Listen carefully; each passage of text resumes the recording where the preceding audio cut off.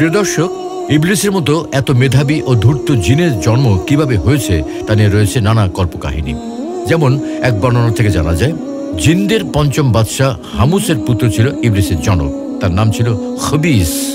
খবিসের আকৃতি ছিল ভয়ঙ্কর এক সিংহের ন্যায়। তার স্বভাব প্রকৃতিও সিংহের মতোই ছিল। একদিকে তার দেহে ছিল পঞ্চশক্তি, আর অন্যদিকে চেহারায় ছিল সুস্পষ্ট ধূর্ততার ছাপ।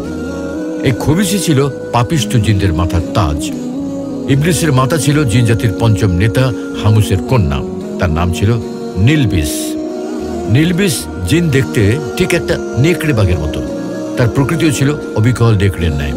আগুনের সৃষ্টি খবিস ও নিবলিসের মিলনে ইবলিসের জন্ম হয়। সুতরাং পিতা, মাতা ও আগুন, এই ত্রিসত্তার স্বভাব ও প্রকৃতির সম্পূর্ণ প্রভাব ইবলিসের চরিত্রে নিহিত ছিল। ইবলিসের পিতার এক বন্ধু ছিল সারবুক। সে ছিল সর্ববিদ্যায় পারদর্শী। খবিস পুত্র ইবলিসের শিক্ষা দীক্ষার ভার উক্ত বন্ধুর হাতে অর্পণ করল। ইবলিস ছিল অতিশয় মেধাবী ও স্মৃতিশক্তি সম্পন্ন। সুতরাং কোনো পাঠই তাকে একাধিকবার বলে দেওয়ার প্রয়োজন হতো না। সে একবার যা শুনত তাই চিরদিনের জন্য মনে রাখত। ফলে সারবুকের মনে ইবলিস সম্পর্কে অত্যন্ত উচ্চ ধারণা জন্মেছিল। তাকে পড়াতে শুরু করে সে তার বন্ধু খবিসকে লক্ষ্য করে প্রায় বলতো, বন্ধু, তোমার পুত্রের ভেতর যে লক্ষণ দেখছি তাতে মনে হচ্ছে সে ভবিষ্যতে নিশ্চয়ই এক বিখ্যাত ব্যক্তিতে পরিণত হবে। আমার শিক্ষকতার জীবনে 26,000 বছরের মধ্যে তোমার পুত্র ইবলিসের মতো এত তীক্ষ্ণ, স্মৃতিশক্তি সম্পন্ন ও বুদ্ধিমান ছাত্র আমার হস্তে দ্বিতীয়টি পড়েনি। কিন্তু দুঃখের বিষয় হলো, তোমার পুত্রটি অত্যাধিক বেয়াদব, অহংকারী এবং ভীষণ একগুঁয়ে। এটা তার ভবিষ্যতের জন্য সুখকর নয়।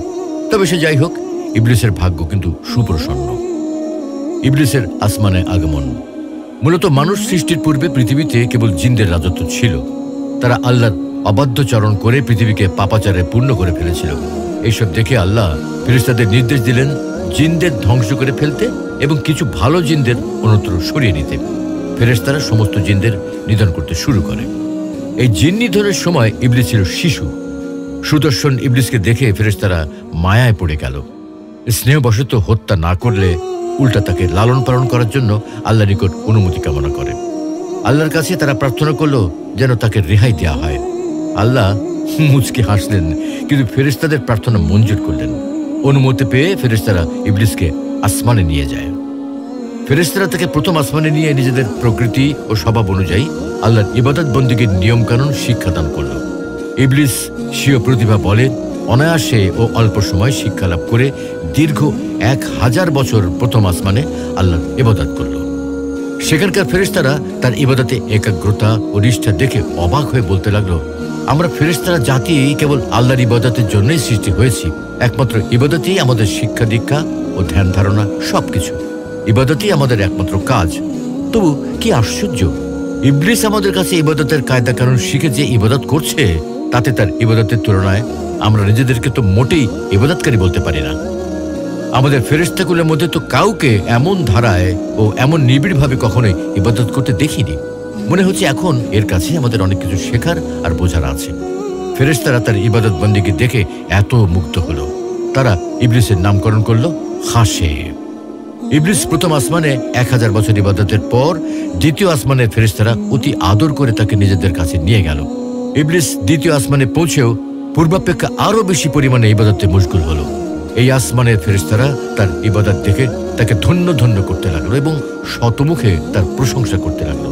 তারা ইবলিসের নামকরণ করলো আবেদ। দ্বিতীয় আসমানে 1000 বছর অবস্থানের পর তৃতীয় আসমানের ফেরেশতারা তাকে নিয়ে গেল। তৃতীয় আসমানে এসে সে আরো বেশি পরিমাণে পরম একাগ্রতা ও মনোযোগের সাথে আল্লাহর ইবাদত শুরু করে দিল। সে এখানেও 1000 বছর ইবাদত করলো। এখানে ফেরেশতারা তার ইবাদতে মুগ্ধ হয়ে তার নাম রাখলো কি অলি। তারপর চতুর্থ আসমানের ফেরেশতারা আল্লাহর অনুমতি লাভ করে ইবলিসকে চতুর্থ আসমানে নিয়ে গেল। ইবলিস এখানেও অত্যন্ত একাগ্রতার সাথে দীর্ঘ 1000 বছর আল্লাহর ইবাদতে মশগুল রইল। এখানকার ফেরেশতারা তার ইবাদতে খুশি হয়ে নাম রাখল সালেহ। এইভাবে অবশিষ্ট সকল আসমানে উন্নীত হয়ে প্রত্যেক আসমানে 1000 বছর করে ইবাদত করল। তখন পুরো ফেরেশতা জগৎই তার প্রশংসায় মুখরিত হয়ে গেল। সকল ফেরেশতার সন্তুষ্টির ফলে সে সপ্তম আসমানে উপনীত হয়ে পরম সুখে শান্তিতে বসবাস শুরু করল। ইবলিস ফেরেশতাদের নিকট থেকেই আদব কায়দা এবং ইবাদতের রীতিনীতি শিখেছিল। অত্যন্ত মেধাবী হওয়ায় যার শিক্ষালাভ করত তার কোনো কিছুই আর ভুলত না। সুতরাং অতি অল্প সময়ে ফেরেশতাদের নিকট হতে সে সর্ববিষয় এত বেশি অভিজ্ঞতা অর্জন করল যে এখন তার ওস্তাদ ফেরেশতাদের তুলনায় তার জ্ঞানী বেশি হয়ে গেল। তদ্রূপ ফেরেশতাদের ইবাদতের পরিমাণ অপেক্ষা তার ইবাদতের পরিমাণ অনেক বেশি বৃদ্ধি পেল। 7 আসমান ও জমিনের এমন একটি স্থানও বাকি থাকলো না যেখানে ইবলিসের সিজদা পড়েনি। ফেরেশতারা ইবলিসের ইবাদত বন্দিকে দেখে উপলব্ধি করতে লাগলো যে ইবলিসকে তারা শিক্ষাদান করেছে, এখন সেই ইবলিসের কাছেই তাদের অনেক কিছু শেখার আছে।